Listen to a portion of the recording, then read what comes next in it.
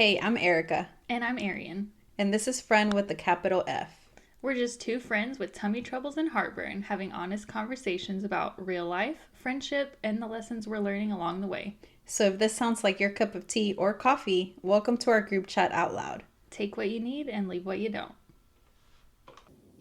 Hello, hello. Hello, good morning, San Francisco. No, I'm just kidding. Howdy, partners. So, friend, did you sleep good? How was your weekend? Oh, wait, it's Saturday already. How was your week? Yes, my week was good. Technically, today's Sunday. Oh my God. It's because we usually record on Saturday, so I'm like, Yes, not here. but technically it will be uploaded on a Saturday. So, yeah. how was my Saturday? My Saturday was great. I'm sure. Hopefully, I didn't have a bad Saturday. And what about yours? My Saturday was busy. Yeah. I cleaned the restrooms, like the shower. And then I was like, okay, the whole mission of Saturday was for me to build my bookshelf. Okay. Yeah. That was the mission. And the mission was done, but like at the end of the day. So like I cleaned the restrooms in the morning, and then I was I was trying to bake some English muffins, so I had to make the dough and all of that, right? And then and then I bought some plants from Home Depot, and then me and my partner potted them, and they were outside and they look nice. And then so after that, I finally built my bookshelf. So it was a good day though. I'm just sore from sometimes I do that too. Like I have something specific that I want to do, but it's like I want to do the other things first. Mm-hmm. Like I want to clean up the kitchen, I want to clean up the office, and I want to do these things before I do like the actual thing that I need to do. Yeah. And then I just get distracted, and then by the time you get to that thing, you're tired. Do it. Yeah, exactly. So that's why I was like, I had one more thing I had to do. Like I still have to clean the closet. But I was like, if I clean the closet, I am not building this bookshelf. It's either this or the shelf. I'm like, I'm going to be sad if I don't build it, so I'm building it. Yeah. Anyways. That's funny. That's all. The end, guys. The end. The end.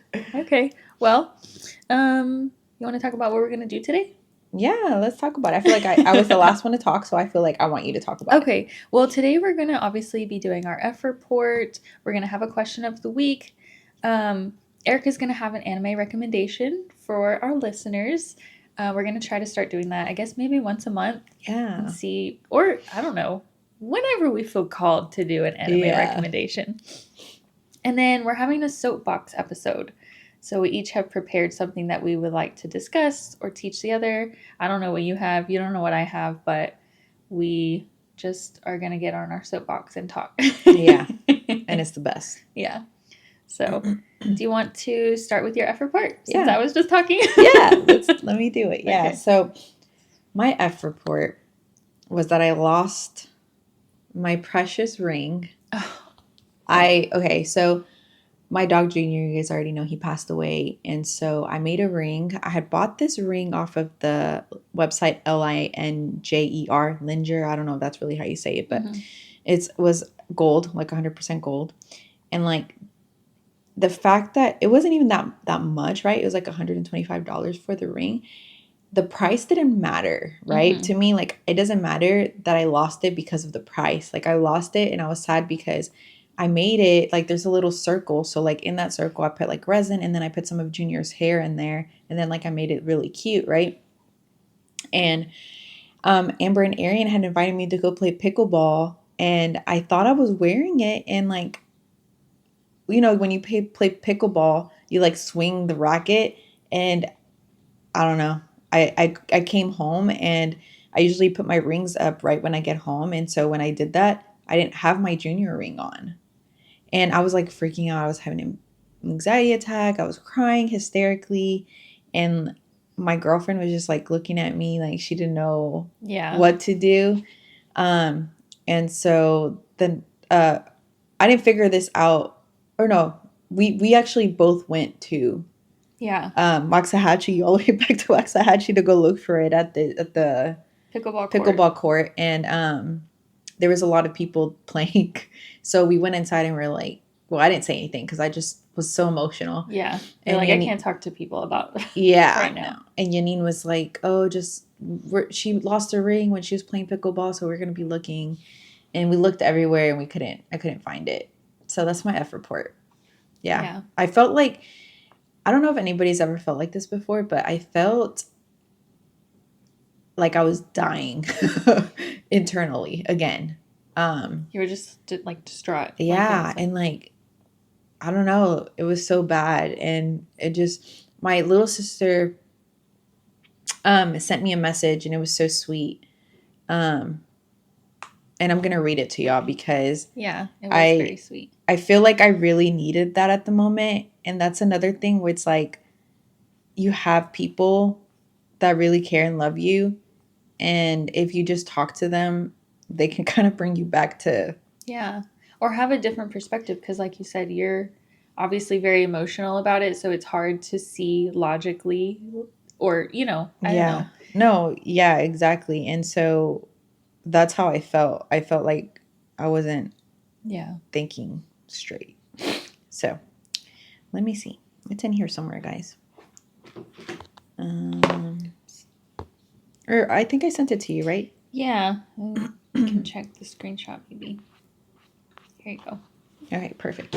So she said, this is my little sister messaging me. She said, I hope you find it, but if you end up not, don't let that consume you. Junior wouldn't want you hurting over that. And he's still a part of you no matter what. So that was really, really sweet of her to say, especially because I was freaking out. And then she said, I know it sucks losing something with emotional connection, but you're just losing an object at the end of the day. Even though it may feel like you're losing him again, he's always with you. And then she reminded me something I said in the pod. She said, like you said in your pod, you can talk to him at any time. Yeah. Love you. And I'm like, that obviously made me cry more, but she's right. Yeah. You know what I mean? It was a good perspective. Yeah. So when I didn't find it, me and my girlfriend came back home and like I was still really sad, but I did feel better knowing that, okay, you know what? I tried to go look for it. I couldn't find it. And then my sister kind of brought me back to reality. Yeah. That's my F report. That's your FML. Yeah. My FML. Because do you have a flourish? Yeah. Okay. I do. That's my FML. And then my flourish is that I found my ring. Yeah, I found my ring. Well, that's a lie. I didn't find it. My girlfriend found it. So we went to Home Depot because we were going to buy a bunch of plants. And then I told her, I'll drive, right? So I drove my car and then we went to this tea place in Burleson. I forgot what it's called. Tea to go or something like that. Or HTO? No. Oh, it's like a small like shop. That. Okay, yeah, kind of like that. And so when I was about to pay, my girlfriend started talking to me and I was like, I can't do two things at once. Like the lady's trying to talk to me, And then when I turned around, she has Junior's ring. She has my ring. Oh. And I was like, I was just so happy because like I was having like these vivid, I guess, I wouldn't call them dreams because I was in a sleep, but like just vivid, when you like play scenario in your head. Yeah. Of like me finding it in my car and like being so happy, you know what I mean? And so it's crazy that it was in my car this whole time and like Yanine found it in like this crevice. And like you had a knowing of some type that. Yeah. So I had lost it for a week and I found it. Yeah. Well, she found it for me and I'm just so thankful for that because even if she didn't find it, I was sad, but also I was feeling like, okay, it's okay, And like the fact that she found it, I just was so happy. Yeah. So I'm glad she found it. That's so good. Yeah. I was telling Amber, I was like, I feel like it's like in the bottom of a bag somewhere. Yeah. You know what I mean? Even though like you couldn't find it for a week, I was like, I feel like it's going to turn or I hope it's going to turn up somewhere, especially because you said like you usually took it off to do dishes and like you were conscious of having it on or off. Yeah. So I felt like it's got to be somewhere, you know? And Amber even went and looked too that next morning because we didn't do it on the way back from the wedding because it was late and dark. Well, I don't know if it was dark. Anyways, she went the next morning and checked when she met everybody to go to work. Yeah. So That's Yeah, so she didn't sweet. find it either. I gotta say thank you to her. Yeah. Thank you, Amber. Yeah. I'm glad you found it. I'm glad Yanine found it. Yeah, me too. Even my older sister was like, "You're gonna find it. I know you are." Yeah. And she's right. It's like I am conscious of it. Like I obviously took it off before pickleball. Yeah. Because I was scared I would lose it. Right. But I don't remember doing that, you know? So anyways. Yeah. Maybe it was just a lesson that you needed to like Slow you down. will be okay. Oh. No, not like a lesson because you lost it. Oh, okay. But like maybe like you needed to have that for something else in the future. You know, like I don't need this. Yeah. Even though it is still like you were going to be sad no matter what, but maybe you needed the perspective for something else later on down the road. I don't know. That's true. And then also in our previous podcast, I talk about how I get attached to things. Yeah. You know what I mean? So I feel like the people know. Yeah. Anyways, okay. What about yours, friend? My F report is, my FML is that when I was when I was editing the podcast, I was really frustrated with myself for like all of my pauses and just trying to get my point across and not getting it across in a timely manner. Which I know that doesn't sound like a lot, but you know, listening to yourself back, and I feel like I know what I'm trying to say, but I'm trying to polish it and make it sound like, you know, wrapped up in a nice little bow or something. Yeah. So I'm just trying to, I guess, be careful with my words, but in doing that, I just feel like I don't sound like myself. I sound like slow and kind of mopey, and like I think I'm also trying to be authentic. Yeah. Like, but also there is like not a happier side, but like a more enthusiastic side to me. Yeah. And I feel like that hasn't been channeled in the podcast. I see. You know what I'm saying? So I just feel like I've not been myself, even though like I'm trying to be authentic, like if that makes sense. Yeah. But I just don't feel like I have been. So this is my commitment that I just want to try to channel that side of me, you know? Yeah. So I'm going to try to do better on that. And that's my FML, because I'm just like, hearing it back, I've sent you a voice recording. I'm like, why do I sound like this? Yeah. And you're like, well, I don't really notice it. And that's probably how I talk in real life, but you know. Yeah. So. I think I just didn't notice because it's like we're having a regular conversation. So yeah, which makes me feel like I always talk like that. So I'm just like, oh my gosh. I don't think there's anything wrong with the way that you talk. Yeah. Well, I'm going to just try to be like, I'm going to have more life in me during the podcast. Yes. So this is what I'm going to try to do. I love it. Yes. And then my flourish is that I had Friday off for Good Friday. My company, like they don't have a lot of the, not traditional, but the holidays that I'm used to having off at my last job. So like there's just less holidays that they give you off. So Monday I was in the office and the ladies were talking about being off for Good Friday before Easter. And the way they were talking about it was like it was soon. And so I was like, when is Easter? Yeah. So I looked it up and Easter was, you know, this weekend. Yeah. And I'm like, oh, shoot. So I found out Monday that I had Friday off. Nice. And I was just like so happy because it was just nice, you know? Yeah. You get, like only have to work 4 days that week. Yeah. And get an extra day off. Plus that's Amber's day off. So I was just so happy. I was like, I needed this day. Yeah. So what did you end up doing on Friday? Friday, I finished my tote bag that I had started. And then we went to breakfast with Amber's mom and went out to Hobby Lobby, went out to Dollar Tree. And then we dropped her off, went grocery shopping, came home. And I think we just kind of rotted after that. Yeah. I mean, there's a lot of stuff in the world. Yeah. It was I felt like it was a busy morning for y'all. It was. Where did y'all go eat? We went to this place called The Morning Table. The Morning Table. Yeah. I don't think that you've been there yet because it's kind of new. Oh. But it's a really cute little place. And we just sat and talked for a long time too, even after we got done eating. Yeah. And it was just nice, you know, just being around her. She just.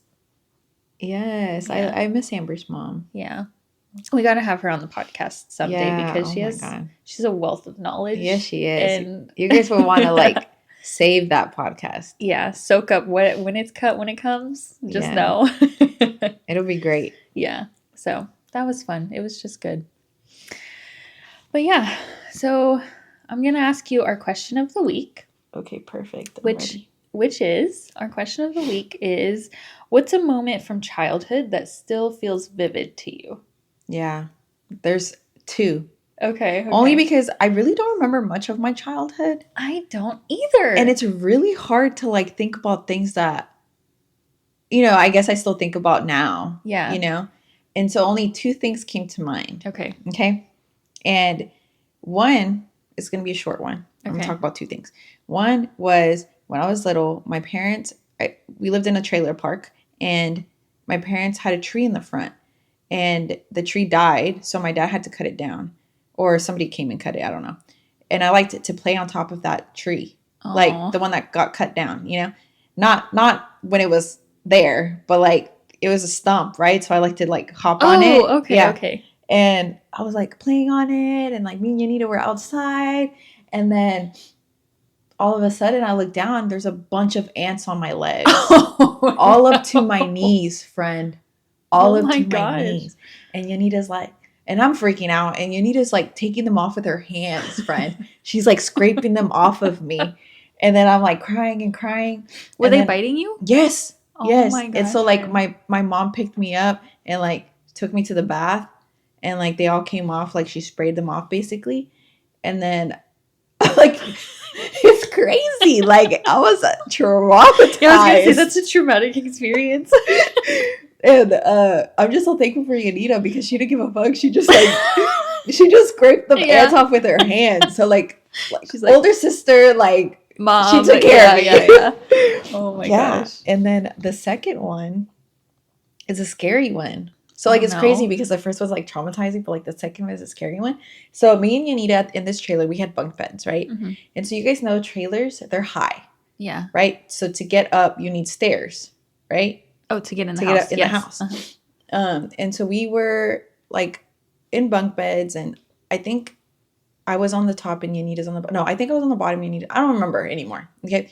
But I heard a knock on the window late at night. No. Yeah. I heard a knock on the window late at night. And I was like, I'm a scaredy cat, okay? I was like, Yanita, did you hear that? And she's like, yeah. And I was like, come down here.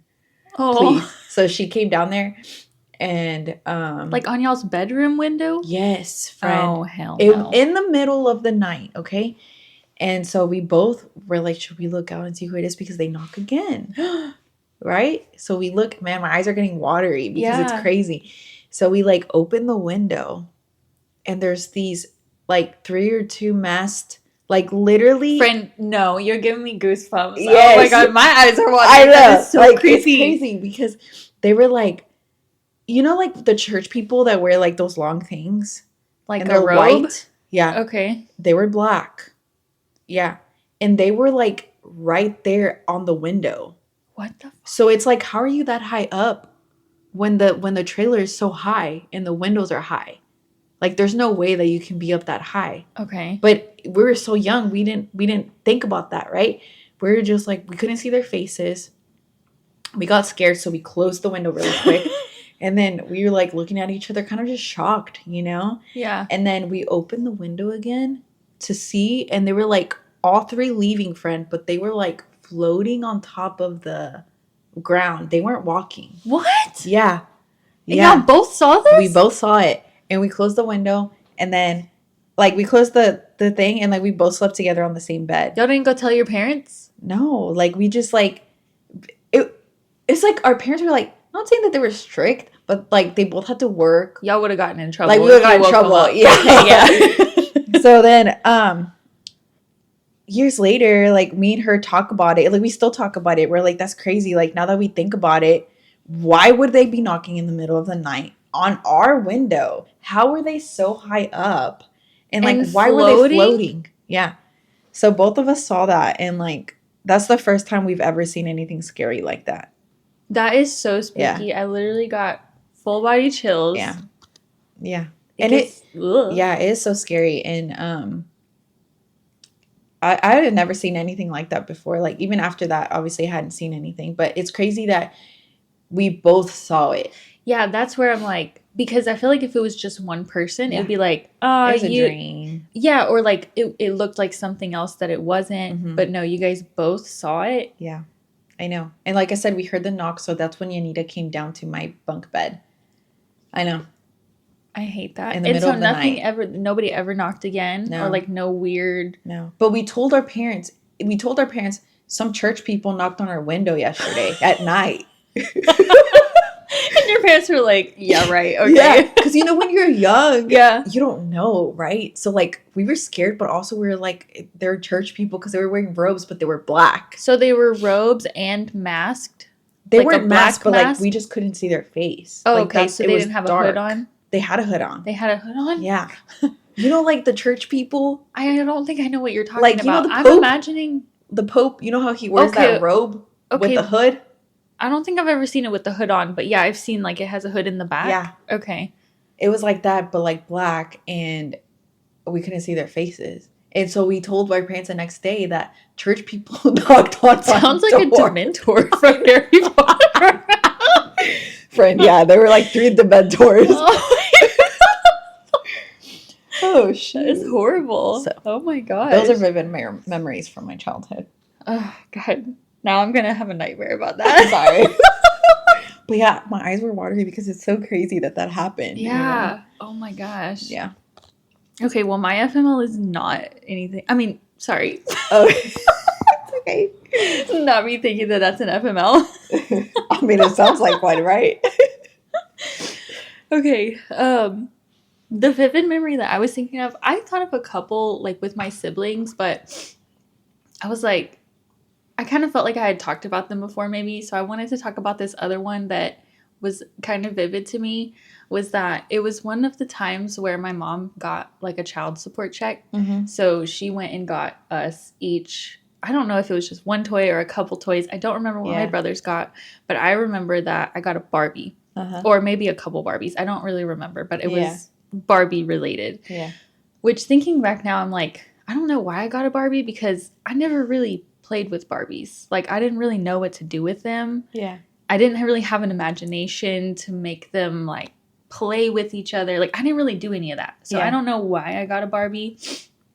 But I do remember my mom sitting down and playing with me this one time right after I got the Barbie. And it was just so funny because in real life, she farted. And then she pretended that it was the Barbie who farted.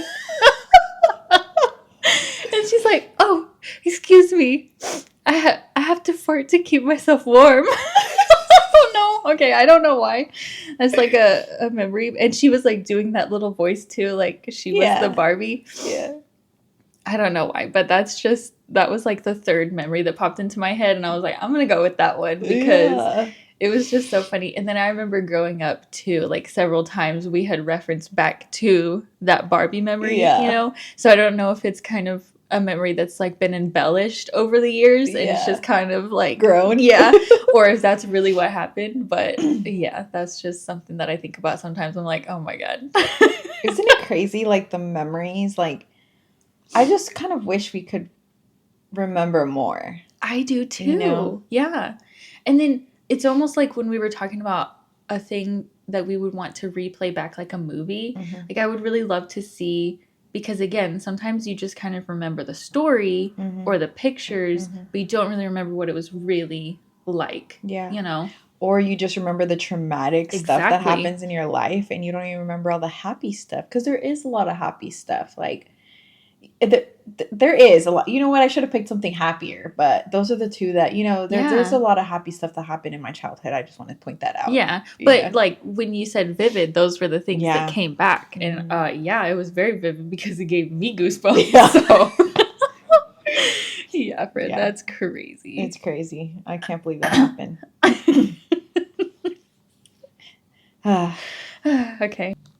Okay, so now Ericka's going to give us an anime recommendation. All right, so I literally made a whole list of 8 animes, but I'm only going to talk about one. Or maybe I'll talk about 2, and then you guys can pick between the 2 of which one you want to watch. Sounds good.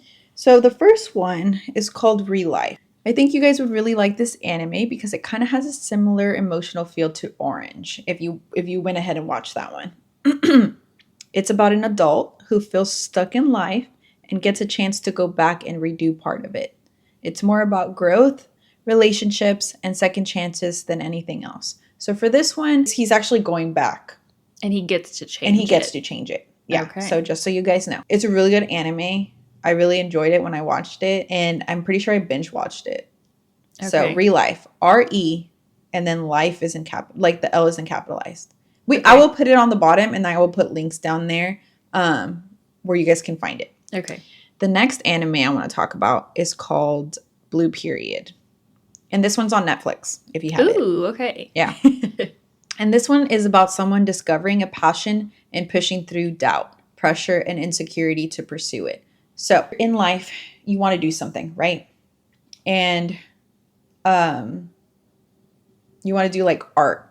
But you know, art is kind of hard to get money. So you're just like, why am I going to waste my time doing this art when it's not going to make me any money? Yeah. And so you decide to do something else. Kind of like that. Like you're putting your passion to the side because it's not going to make you any money. Right. Basically. They grew up and like their parents are really involved in their education. And so it's kind of like you have to talk to them if you want to pursue anything else but the stuff that's going to kind of planned. Exactly. Yeah. So those two are really good. So let me know if you guys watch either of them. My recommendation is if you really like the orange and you still want an orange feel, do the Real Life. If you want something different, more about passion and wanting to do something and learning and growing, even though you're insecure about it, then I would pick Blue Period. Okay. So, cool. I like it. I can't wait. Okay, so next we're going to get on our soapboxes. And I'm going to go first. Yes, I'm excited. We also didn't tell each other what we were going to talk about. So I'm excited to hear what Aryan has to say. Yes. Okay, mine is all essay style again because I'm not like a free speech person. Yeah, it's okay. Yeah. Okay, so I'm just going to read it from it. Yeah. Okay. Have you ever had a task like putting a load of laundry in, cleaning out your car, or even just calling to make a doctor's appointment? You think about it all day, telling yourself, I really need to do that, but you keep putting it off. Then once you finally do it, it took you no longer than maybe 5 or 10 minutes, and it wasn't even as bad as your brain made it out to be. Yes. To some, this sounds like procrastination or even being lazy. But what if it's something else entirely? What if there's a name for this pattern? One that so many women specifically experience without realizing. Do you have any guesses? No, what is it? No guesses? Take one guess. Oh, our periods?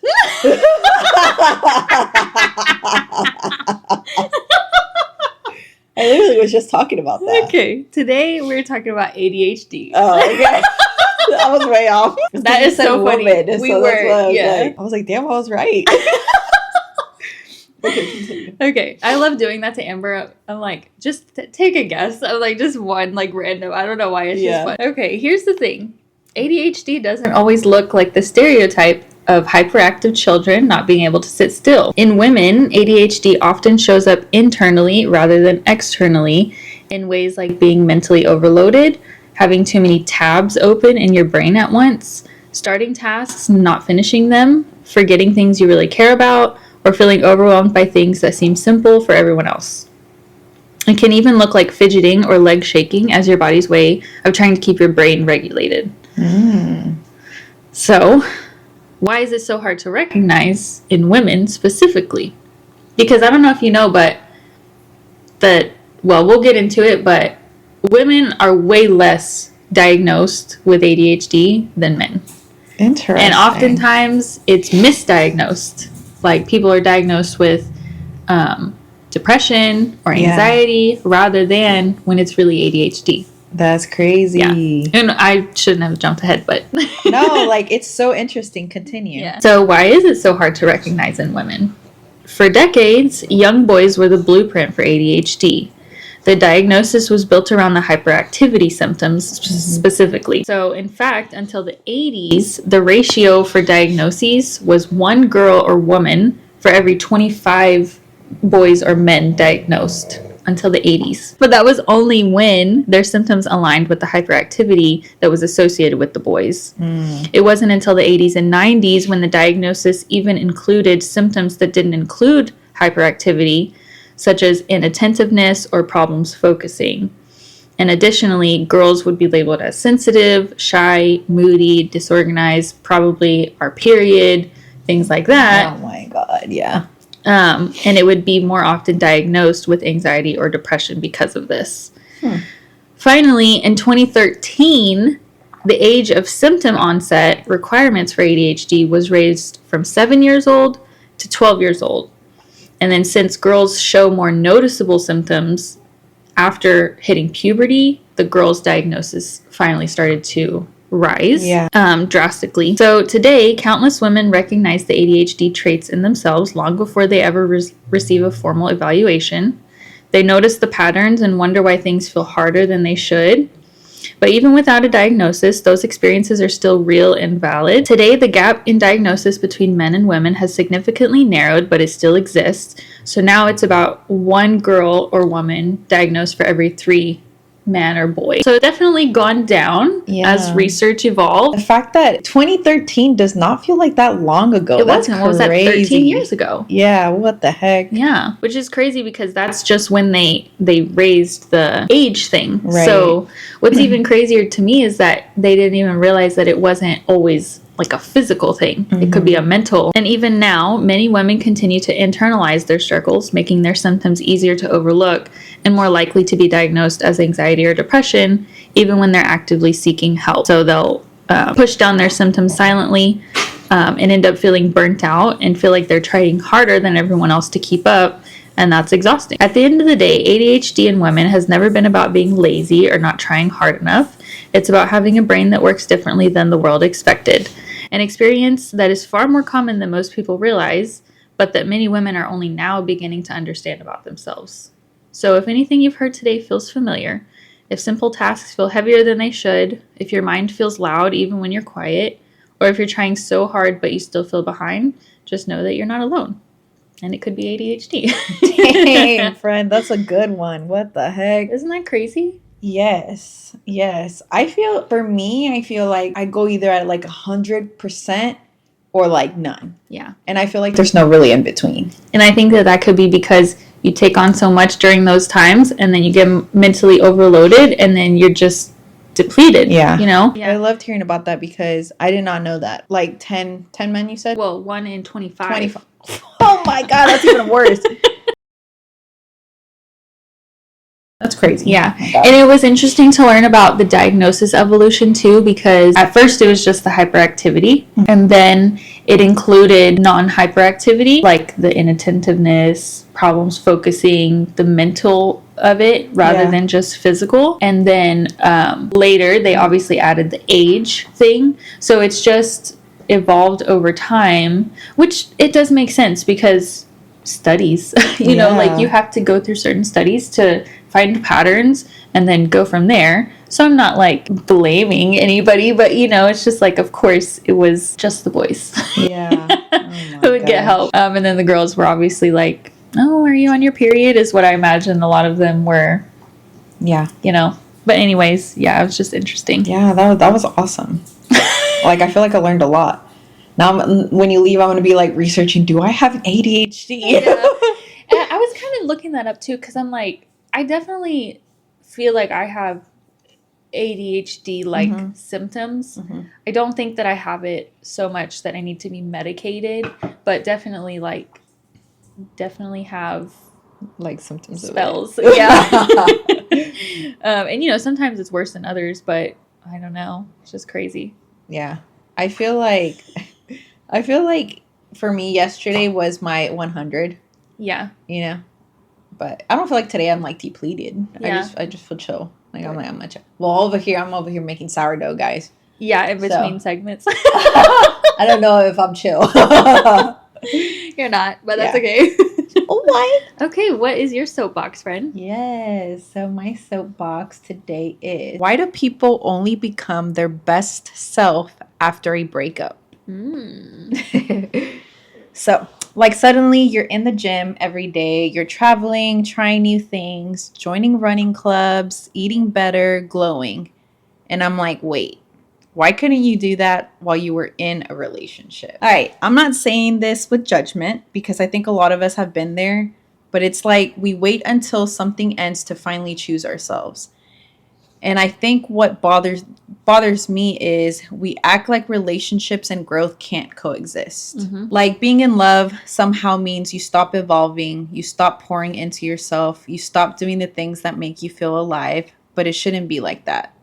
You should be able to be in a relationship and still go to the gym, still chase your goals, still try new things, still travel, still become the version of you that you're proud of. Because the right relationship shouldn't feel like a pause button on your life. It should feel like the support while you're leveling up. And honestly, sometimes I think people don't glow up after a breakup because they suddenly found motivation. I think it's because they finally got space to focus on themselves again. Mm-hmm.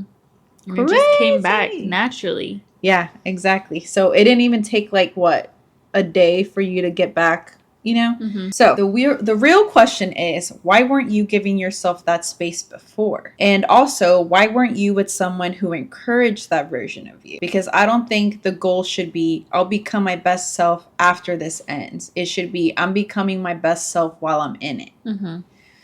And if a relationship makes you feel like you can't do that, then maybe it's not the right environment for you to grow. So yeah, that's my soapbox. I just want to tell people that I have been here. Mm-hmm. So don't feel like I'm just like over here, damn, like you're listening to it and you're like, oh my God. Right, like just speaking from a place of judgment. You're not, you're speaking from experience. She called me out. You want a relationship where you're both growing, evolving, pushing each other to do those things because that's how much you love the person. You love them so much that you want them to reach their dreams, to do the things that they've always wanted to do, even if that's without you. And I don't mean for you guys to break up. That is not what I mean. What I mean is giving each other that space to be able to do those things because we both work, right? You and your partner both work. Maybe not. But I'm just saying, like, let's say you both work. You have a bunch of PTO you need to take. Your manager's like, you need to take that PTO. So you're like, all right, yeah, let me just take it. So you take a week off. Your partner can't take that week off. Just because your partner can't take that week off doesn't mean that you can't travel somewhere. You can't go and try Pilates. You can't go and hang out with some friends or, go bowling or go to the movies by yourself. Like, you can still go do those things without your partner. And your partner should be supportive and understanding that you still want to live your life even though they have to work. Yeah. I also want to point out that this comes with growth. Like all of this knowledge that I just like spouted basically wasn't something that popped in my head like right then and there. Breakups teach you things. Experience teaches you things. You get older and you start realizing your time is valuable. It's special. And if I can come on this podcast and help you in a way through my experiences, then I'm happy I'm able to do that. If I can help you figure out this sooner than I did, then I feel like I'm doing what I wanted to do here, and that's help. So even if it's something as simple as you finally doing that thing you've been wanting to do, then do it. This is a perfect addition to last week because you were talking about how your breakup made you realize so many things, and it was a hard time, but it brought you the knowledge, what you needed to move forward. Yeah. And I think this is why I wanted to pick this this soapbox is because a lot of people glow up after breakups, and I always wondered why. Why couldn't they do that while in a relationship? So I think I really want you guys to think about that. Like, if you're in a relationship and you feel like if you broke up you could glow up, why can't you do that while you're in it?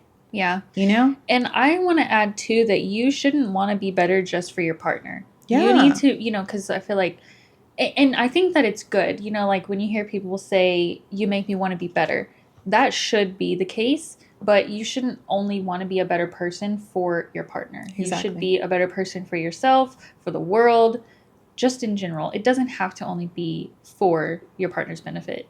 So, yeah. And I feel like your knowledge like that, everything you just said comes with time too, comes with relationships, comes with like, really trying to, maybe therapy. I don't know. Yeah. I'm just saying that at the end of the day, like it took me forever to get there, like to realize all this stuff. I think I was like, I don't know, maybe I was like 28 maybe when I was like, oh shoot, you can do those things. You can let yourself do those things. And if you feel like your partner might get angry about that, just give them a chance, talk to them. Be like, this is how I'm feeling. This is what I want to do. I'm not trying to do these things without you, but I also want to grow. I want to travel the world, even if that's without you. Yeah. Because for me, for me, I want my partner to be able to do the things that she wants to do.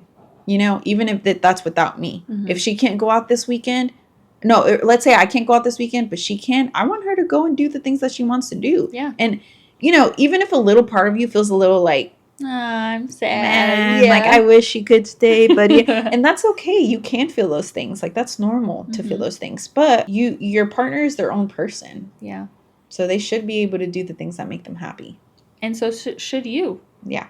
So trust me, I felt in my relationship like I wish I could do these things. I wish I could go out. I wish I could blah blah blah and try these new things. I was always waiting for my partner for those things. You don't have to do that. Yeah.